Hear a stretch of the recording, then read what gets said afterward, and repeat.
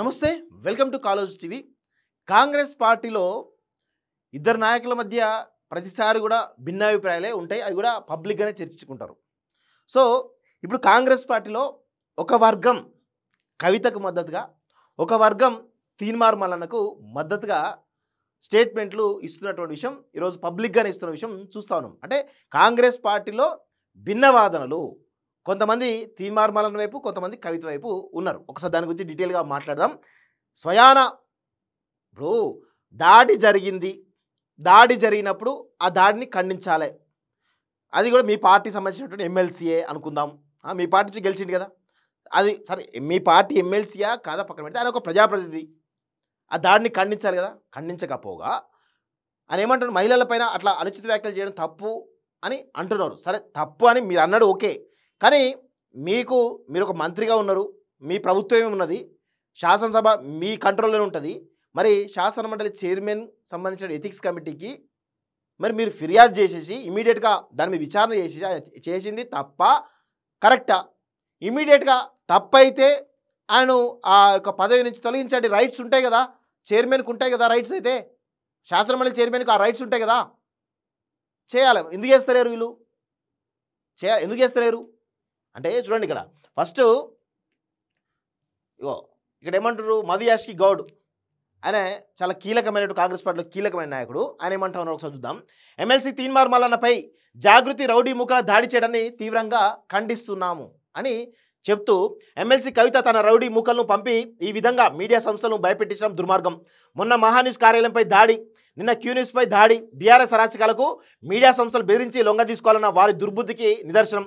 వారికున్న మీడియా సంస్థలతో రోజు కాంగ్రెస్ పార్టీపై, ప్రభుత్వంపై, ముఖ్యమంత్రి రేవంత్ రెడ్డి గారిపై అడ్డగోలుగా అబద్ధాలను దుష్ప్రచారం చేస్తున్నారు. వారిలాగా ఆలోచిస్తే ఆ మీడియా సంస్థలపై ఎన్ని దాడులు చేయాలి? చాలా మంచి పాయింట్ చెప్పింది నేను. పొన్నం ప్రభాకర్ నేర్చుకో ఒకసారి. తీన్మార్ మల్లన్న వ్యాఖ్యలపై ఏమైనా అభ్యంతరాలు ఉంటే చట్టపరంగా చర్యలు తీసుకోవడం అవకాశం ఉంది.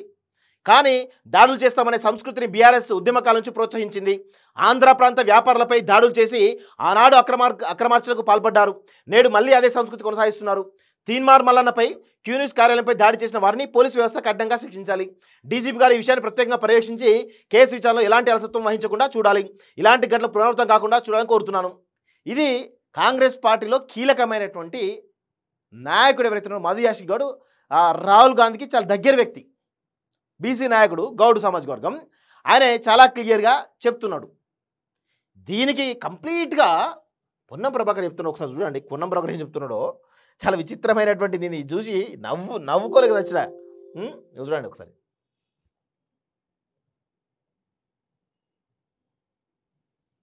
ఎవరైనా వారికి చెప్తున్నట్టు కొన్ని సామెతలు ఉండొచ్చు, కానీ మహిళల పట్ల కాంగ్రెస్ పార్టీకి అపారమైన గౌరవం ఉంది.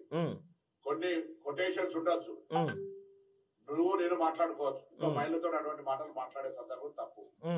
అది ఎవరైనా ప్రజాస్వామికవాదులు అందరూ ఖండిస్తారు. సేమ్ టైం దాడులు కూడా జవాబు కాదు, మాటలు తప్పు, ఏదైనా డెమోక్రటిక్ గా జరగాలి. ఇట్లా అంటే వీళ్ళు ఏ విధంగా చూడండి క్లియర్గా, మెయిన్ కంటెంట్ అంతా మహిళల గురించి గౌరవిస్తున్నారు. ఎవరైనా గౌరవించాల్సిందే. అది నేను అదే చెప్తున్నాను. తీన్మార్ మల్లన్న చేసింది తప్పైతే మీరు శాసన మండలి చైర్మన్కు ఆమె కంప్లైంట్ ఇచ్చింది కదా, ఆ కంప్లైంట్ ఇమీడియట్గా విచారణ చేయండి. ఎథిక్స్ కమిటీ ఉంటుంది, దానికి సంబంధించి విచారణ చేసి ఆయన చేసిన వ్యాఖ్యలు తప్పైతే ఇమీడియట్గా ఆయన సస్పెండ్ చేయండి. ఆ ప్రజాప్రతినిధి గారు అనర్హుడని ప్రకటించండి. అది చేయరు. అది చేయకుండా వాంటెడ్లీ ఇది ఎవరి డైరెక్షన్లో జరిగింది? పొన్నం ప్రభాకర్ అంటే మీకు తెలుసు ఆమె కాంగ్రెస్లో జాయిన్ అవుతూ ఉంది. ఇప్పుడు బీఆర్ఎస్ పార్టీని కేసీఆర్ కంప్లీట్గా ముంచడానికి ఆమెను వాడుతూ ఉన్నారు. మీరు ఆమెకు జాయిన్ అయిన తర్వాత ఇమీడియట్గా మంత్రి పదవి ఇవ్వాలి, అందుకే 3 సీట్లు ఆపిరు అనేది చాలా స్పష్టంగా ఉంది. కాబట్టే మీరు ఈరోజు ఇది చెప్తా ఉన్నారు. ఎంత ఘోరాతి ఘోరంగా అంటే చూడండి, ఇవన్నీ చూస్తూ ఉంటే కాంగ్రెస్ పార్టీ ఇద్దరు కీలకమైన నాయకులు, పొన్నం ప్రభాకర్ కీలకమైన నాయకుడే, మధుయాష్కి గౌడ్ కీలకమైన నాయకుడు, ఇద్దరు భిన్నాభిప్రాయాలు ఏ విధంగా వ్యక్తం చేస్తున్నారో ఒకసారి చూడండి. మరి ఇదే మంత్రిగా ఉన్నారు కదా పొన్నం ప్రభాకర్, మీరు మరి పోలీస్ డిపార్ట్మెంట్కు హెచ్చరించి ఆ దాడులు ఎవరైతే చేసారో ఆ దాడులు చేసిన వాళ్ళు ఒక్కరినైనా అరెస్ట్ చేయించారా? రిటర్న్గా ఈయనమైనా ఎట్లా కేసు పెడతారు మీరంటారు? వాటిపైన మాట్లాడండి. తీన్మార్ మల్లన్న పైన దాడి చేసి ఆయన పైన ఎట్లా కేసు పెడతారని మీరు మాట్లాడతారా? మాట్లాడరు. ఎందుకంటే మీరు కవిత మరి ఏం డబ్బులు ఇస్తుందో లేదు మభ్యపెడుతుందో మీకు తెలియదు కానీ మీకు ఏం చేస్తుందో మీకు తెలియదు కానీ మొత్తానికి మీరు చాలా పెద్ద ఎత్తున ఈరోజు విమర్శల పాలవుతూ ఉన్నారు. నేను చాలా క్లియర్గా నేను చెప్తా ఉన్నాను. ఇది పొన్నం ప్రభాకర్, మహేష్ కుమార్ గౌడ్ కూడా అదే వాదన చెప్తా ఉన్నాడు.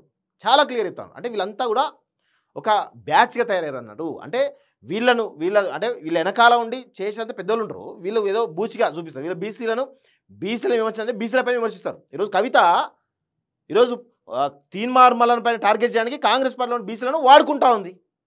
ఎంత విచిత్రమైనటువంటి సిచ్యువేషన్ చూడండి, ఎంత దారుణంగా ఉందో. కవితనేమో బీఆర్ఎస్ పార్టీ ఎమ్మెల్సీ, పొద్దున్న లేస్తే కాంగ్రెస్ పార్టీ మీద తిడుతుంది. తీన్మార్ మల్లన్న కూడా కాంగ్రెస్ పార్టీని అప్పుడప్పుడు విమర్శిస్తూ ఉంటాడు. ఈ క్రమంలో అదే బీసీ ఉద్యమం దాంట్లో ఆయన ఒక one of the leader. So ఈ క్రమంలో ఆయన పైన దాడి చేసి ఆయన పైన కేసు పెడుతుంది కవిత. ఈ క్రమంలో మళ్ళీ ఆయన విమర్శించడానికి కాంగ్రెస్ పార్టీలో బీసీలను ఆమె వాడుకుంటా ఉంది. ఈరోజు మధు యాషిక్ గౌడ్ నిక్కచ్చిగా నిజాయితీగా ఉంటాడు కాబట్టి ఆయన వాస్తవం మాట్లాడాడు. సో ఇదంతా చూస్తూ ఉంటే చాలా చాలా విచిత్రమైనటువంటి పరిస్థితి కాంగ్రెస్ పార్టీలో ఉంది. ఒక స్టాండ్ మీద నిలబడండి, పార్టీ స్టాండ్ ఒకటి ఉంటాయి కదా, అయితే తీన్మార్ మల్లన్న వైపా లేకపోతే కవిత వైపా లేకపోతే న్యూట్రల్ ఉంటారా, ఒక స్టాండ్ ఉండాలి కదా. ఎంత విచిత్రంగా అంటే ఒక్కొక్కరు ఒక్కొక్క రకమైనటువంటి కామెంట్ చేస్తూ ఈరోజు మీరుగా దిగజార్చుకుంటా ఉన్నారు. ఇప్పటికైనా మారండి.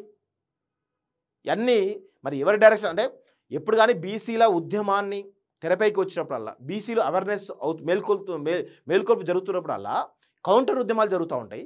కౌంటర్గా వీళ్ళే ఉద్యమాలు చేసేసి ఆ ఉద్యమకారులను అన్నిటి కూడా బీసీ ఉద్యమాన్ని కూడా నీరుగార్చే ప్రయత్నం చేస్తూ ఉంటారు. రేపు ఖచ్చితంగా కవిత బీసీ ముఖ్యమంత్రి అని మళ్ళీ ప్రజలకు పోతుంది, పోయి మళ్ళీ అధికారంలోకి వచ్చిన తర్వాత ఆమె ముఖ్యమంత్రి అవుతుంది, బీసీ గాడు. ఒకవేళ బీసీ ముఖ్యమంత్రి అని ప్రకటించక ముందు ఆమె ఏం చేయాలి, ఆమె జాగృతి సంస్థ, సరే బీఆర్ఎస్ పార్టీ పక్కన పెట్టండి, వాళ్ళు బీసీలకు ఎట్లా న్యాయం చేయరు, మరి జాగృతి ఉంది కదా, సొంత సంస్థ కదా, జాగృతి అధ్యక్షులుగా మీ దానిలో మీతో పాటు దాదాపు ఆ జాగృతి పెట్టగాచి ఇప్పటి వరకు కొంతమంది ఇంకా మీతో పాటు కంటిన్యూ అవుతున్నారు కదా, అందులో బీసీ వాళ్ళు ఉంటారు కదా, ఓ బీసీ మహిళనో లేదా బీసీకి సంబంధించిన ఉమెన్నో ఉంటారు కదా, వాళ్ళని ప్రెసిడెంట్ చేయండి చూద్దాం. చేస్తారా? చేయరు. ఆ తర్వాత మభ్య పెడతారు, బీసీ ముఖ్యమంత్రి చేస్తే మభ్య పెట్టి తర్వాత వీళ్ళే మళ్ళీ ముఖ్యమంత్రి. గతంలో కేసీఆర్ అనలే దళిత ముఖ్యమంత్రిని చేస్తా అని చెప్పేసి మళ్ళీ ఆయన ముఖ్యమంత్రి కాలే అయింది కదా. అంటే ఈ విధమైనటువంటి డ్రామా చేస్తూ మళ్ళా ఈ తెలంగాణలో ఉన్నటువంటి బడుగు బలహీన వర్గాలన్నింటినీ కూడా ఏ విధంగా మభ్యపెట్టి మోసం చేస్తారో ఈ అగ్రవర్ణాలకు సంబంధించిన నాయకులందరూ కూడా ఒకసారి గమనించాలి. కవిత అయినా కానీ, రేవంత్ రెడ్డి అయినా కానీ, రామచంద్రరావు అయినా కానీ, మహేశ్వర్ రెడ్డి అయినా కానీ, ఇంకెవరైనా కానీ వీళ్ళందరూ కూడా బీసీలను పొలిటికల్గా రాజకీయంగా ఎదగకుండా ఉండడానికే ప్రయత్నం చేస్తారు.